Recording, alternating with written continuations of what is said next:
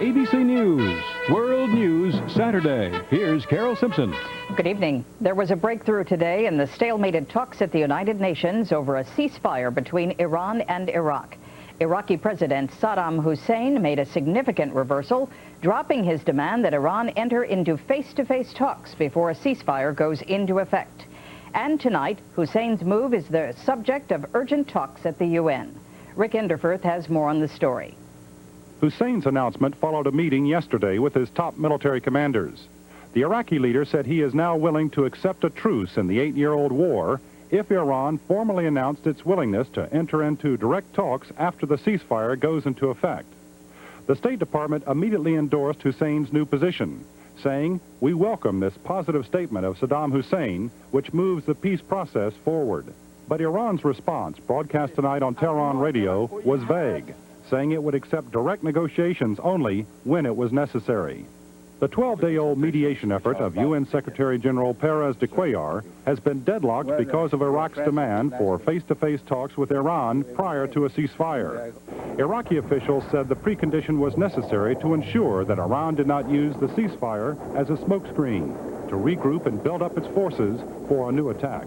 But in the last few days, Iraq came under intense pressure to drop that demand, especially from Saudi Arabia and other Arab states that have helped finance Iraq's war effort and now want the fighting to stop. The United States and the Soviet Union also weighed in with Iraq to change its position. It appears that pressure had some effect, and tonight Perez de Cuellar is meeting at the UN with the foreign ministers of Iran and Iraq to see if they're now ready to set a date for a ceasefire. Rick Enderfirth, ABC News, the State Department. Faulty brakes were apparently the cause of a spectacular train wreck in Paris today. A passenger locomotive careened through a barrier at a central train station, killing at least one person and injuring 50. Several people were trapped for nearly 4 hours as firefighters worked to free them from the wreckage of the train's front car. In this country, the sweltering heat sent many Americans to the beach, though not in the New York area. More than a dozen beaches were closed today as medical debris continued to wash ashore. But dirty water isn't all people in that region of the country have to worry about these days. Beth Nissen reports. The lazy, hazy days of summer haven't been this hazy in decades. It seems like the air is so thick you could actually taste it, cut it, you could chew it. The pollution levels are higher than they've probably ever been in recent history in the northeastern United States. Here's how the summer air has become a chemical soup. Pollutants from automobiles and power plants are cooked by sunlight into a form of oxygen known as ozone. The higher the temperature, the more ozone, making this summer especially bad. When ozone is high in the Earth's stratosphere, it protects us by screening out the sun's harmful ultraviolet rays. But at ground level, ozone itself is harmful to humans. Ozone tends to tighten the chest and reduce our ability to take a maximum breath. Ironically, the physically fit may be most physically at risk. In the past couple of weeks, I can see when I'm breathing. Running when ozone levels are high may be as much a health hazard as smoking cigarettes. When you exercise, you breathe more air and you breathe it more deeply. This is the source of much of the problem. Emissions controls have improved, but Americans own more cars and use them more, literally driving air quality down. With global temperatures gradually going up, along with global use of pollutants, environmentalists say there is no clear solution. Beth Nissen, ABC News, New York.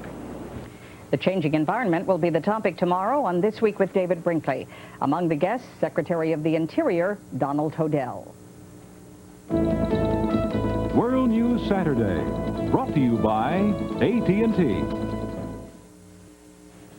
The Democratic presidential and vice presidential candidates were both campaigning today in areas of the country where Republicans do well and Democrats not so well. In Colorado, Michael Dukakis went after the Rocky Mountain vote. Joe Bergantino reports. Michael Dukakis started his day in Denver early with a spirited power walk. But this time, after a week of questions about his medical records, he invited the national press to prove how fit he is and demonstrate once more his love of the outdoors, a romance that plays well here in the West.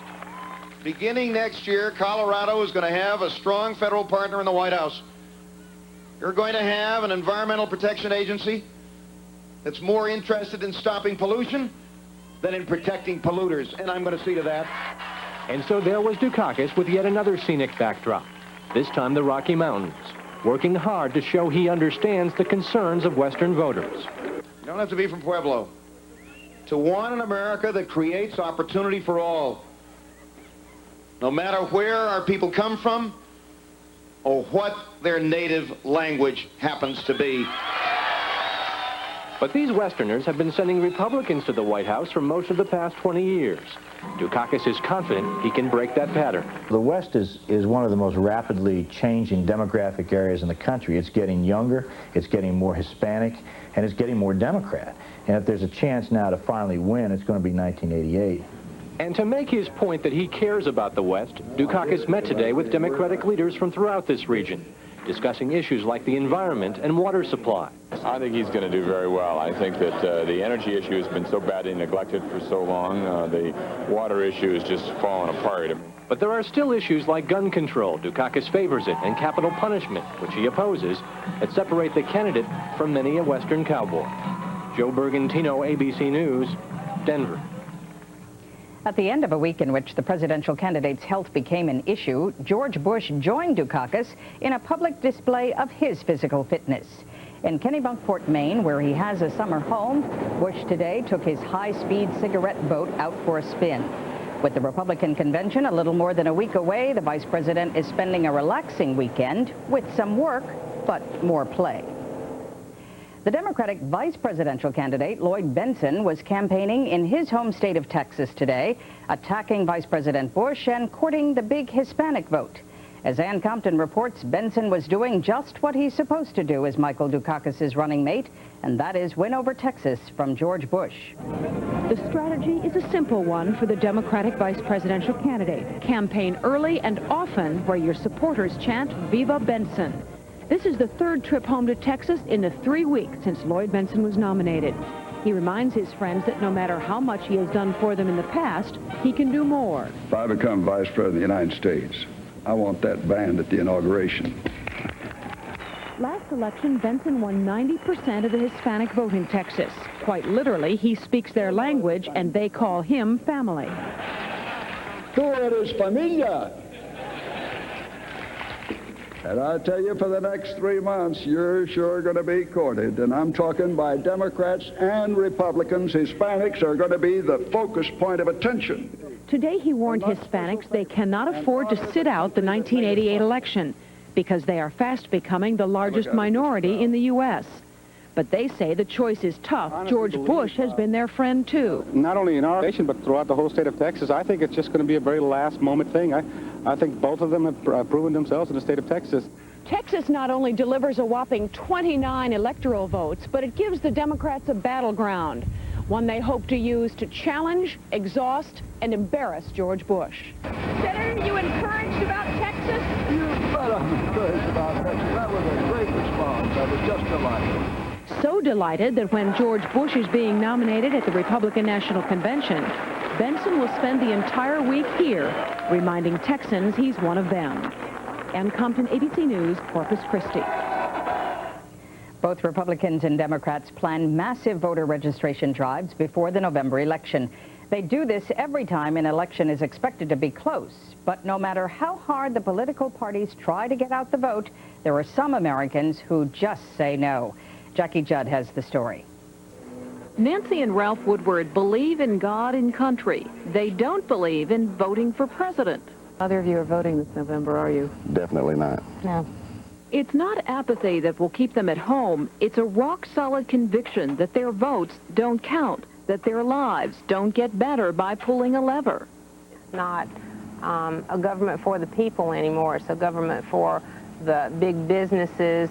Ralph voted once in a presidential election, and that was 16 years ago. I think civic duty is still there, but I think there's an awful lot of us that just feel that there's nothing that we can do about it. The Woodwards do have a lot of company. They live in a state with the lowest turnout in the country, and nationally the numbers keep shrinking. In 1960, more than 6 of every 10 eligible voters cast ballots. By 1984, about 5 of every 10 voted, down to a bare majority. The youngest voters have the worst record. Only 16% of 18 to 24-year-olds vote. Among 20 of the largest democracies, the United States ranks last in voter participation. Most people know that there's an election and therefore choose not to vote. And are essentially saying that whatever they're doing is more important than voting. I'm trying to identify all unregistered voters. Registration barriers, scandal in public office, persistent social problems, campaigns waged on TV have all driven people away, creating a permanent class of non-voters. All the resources that had been going to the grassroots, to people organizing in their neighborhoods, were taken away from that and given to TV, so that people didn't feel they were part of a process. Ralph Woodward says there's only one thing that would make him become a part of the process again. If I didn't have the right to vote, then I would want to vote, I'm sure. The experts expect this to be another year of low voter turnout because they say neither Bush nor Dukakis will reach those millions of Americans who believe that what happens in the voting booth has nothing to do with what happens in their lives. Jackie Judd, ABC News, Charleston, South Carolina. President Reagan's veto this week of a $300 billion Pentagon spending bill touched off more bickering today between the president and Congress. Mr. Reagan, in his weekly radio broadcast, vowed to block any attempts by Congress to come up with another defense bill which he thinks might jeopardize his military buildup. In the Democratic response, Senator Sam Nunn said Congress would draft another bill, and he accused the president of putting partisan considerations above national security.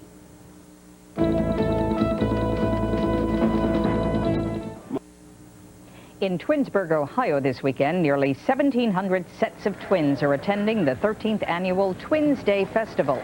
Events include selection of the most identical twins and the most unidentical twins. But in California, there are teenage twin brothers who, if they could be at the festival, would probably win hands down the title of most remarkable twins. Bonnie Strauss has their story. John and Tony Gomez are twins. Like many 18-year-olds, they're living on their own. But for them, it's nothing new. They've been doing it for 5 years. We had teamwork. Without teamwork, we couldn't have accomplished nothing. What they accomplished was astonishing. Living alone in this mobile home park with no parents and no adult supervision. Paying their own way and putting themselves through high school. It began in 1979 when their mother divorced their father. 4 years later, another blow. John and Tony were living in this small trailer with their father when he came home from work one day and said that he wanted to return to Mexico and he wanted them to go along. They refused, saying that they wanted to stay in America where they could finish their education. Hey, 2 cases down, please. But it was a struggle for the 13-year-old boys. Earning money by working in fast food restaurants and doing odd jobs, scraping up enough to pay $168 a month for rent. It was also lonely. I get up normally and go to school. On the way back, I think, and I've been thinking in my mind, I'm going home to a parent. Then it started hitting us that no one's there. No one's there to back us up. They kept their secret to themselves to avoid being placed in foster homes. The first thing they would have probably done was separate us. Even their teachers were unaware of their situation. When they were questioned, they would simply say, oh, my dad's at work, or my dad's out of town. Their mother had been told the boys were living in Nicaragua with their father. She had tried to reach them unsuccessfully, but then in June, John was finally able to get her phone number. I go, Mom, this one. That was me. Your son. John invited her to graduation, and the very next day, for the first time in nearly a decade, the boys saw their mother again. I feel they were deprived from a lot of love that could have come from me or someone else. 10 years is a long time. When you don't know about your children. Earlier this month, John started college, and Tony plans to join him in the fall. They want to forget about the past and concentrate on the future. Bonnie Strauss, ABC News, San Bernardino, California. Bells tolled today in Hiroshima, Japan, as more than 50,000 people gathered in the city's Peace Park. Today is the 43rd anniversary of the day the United States dropped the world's first atomic bomb on Hiroshima. At least 150,000 people were killed in the blast. 7 days later, and after bombing Nagasaki, Japan surrendered to the U.S.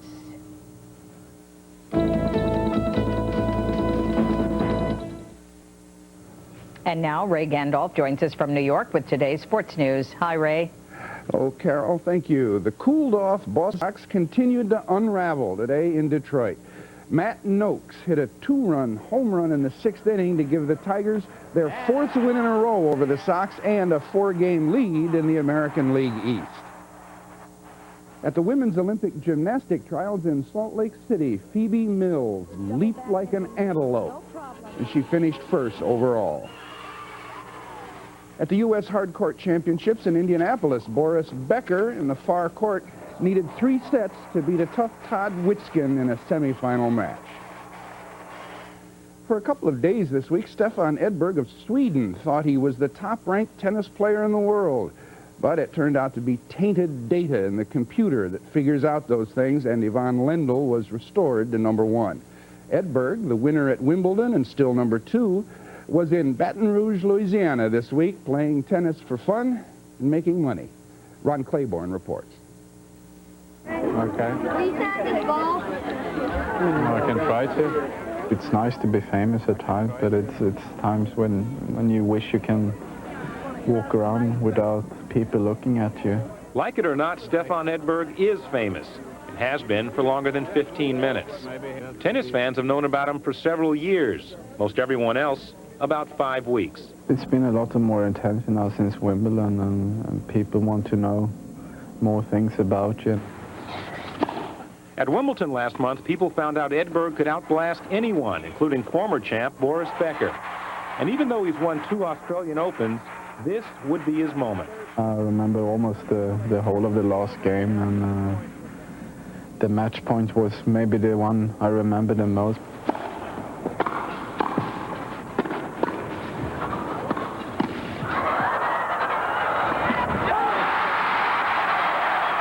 Very hard to describe. It actually takes time before you realize that you actually won it, and it's a fabulous feeling to be on the court right after that you won. For the 22-year-old Swede, the real trophy from the All England club may be the couple of $1 million he'll make off the court this year. He's jumped the final hurdle, and winning Wimbledon is still something that I think you needed to do to compete with the international celebrities, not just other athletes. Where we're really noticing the change is in the non-tennis activities.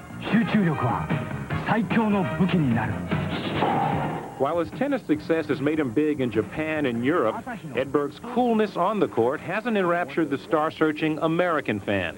More often than not, he just plays, letting the other guy spill his emotions.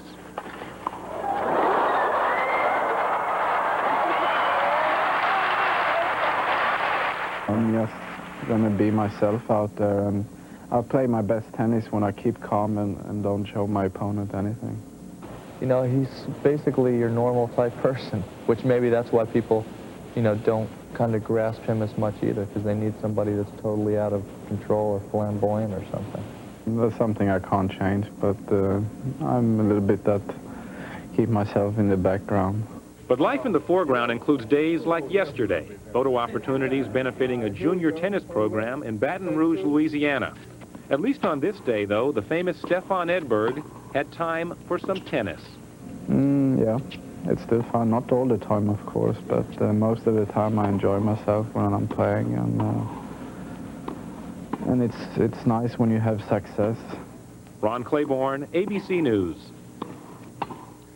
Edberg will shortly be seeking success at the U.S. Open, an event that no Swede, not even the incomparable Bjorn Borg, has ever won. Carol? Thank you, Ray. When we return, collectors who aren't letting go of World War II.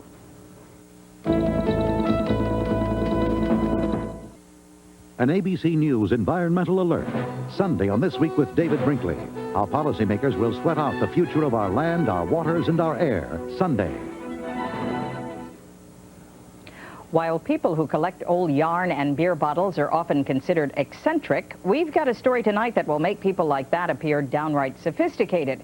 In England, we came across a group of collectors with a fancy for remnants of World War II. But not just any old medals or pins, they're out for much bigger things. Mike Lee has the story. U.S. amphibious assault vehicles went into action today behind NATO lines.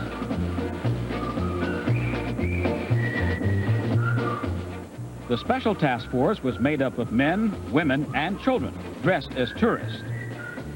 The objective was to navigate a little-known English canal and to keep alive a tradition dating back to World War II.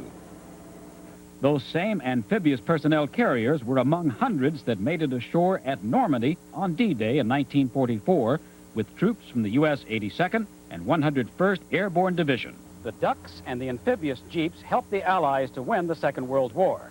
Many of these were so sturdy and well-made, they've survived over 45 years without major repairs.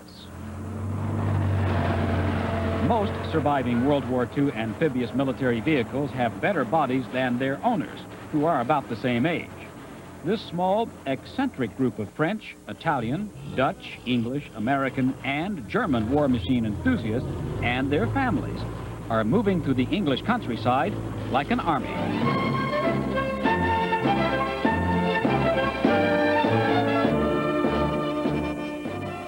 They even live like an army, or like the characters from MASH. Can you think of anything crazier than drive down the street and literally straight into the river? It's fantastic. Having now crossed London's River Thames without casualties.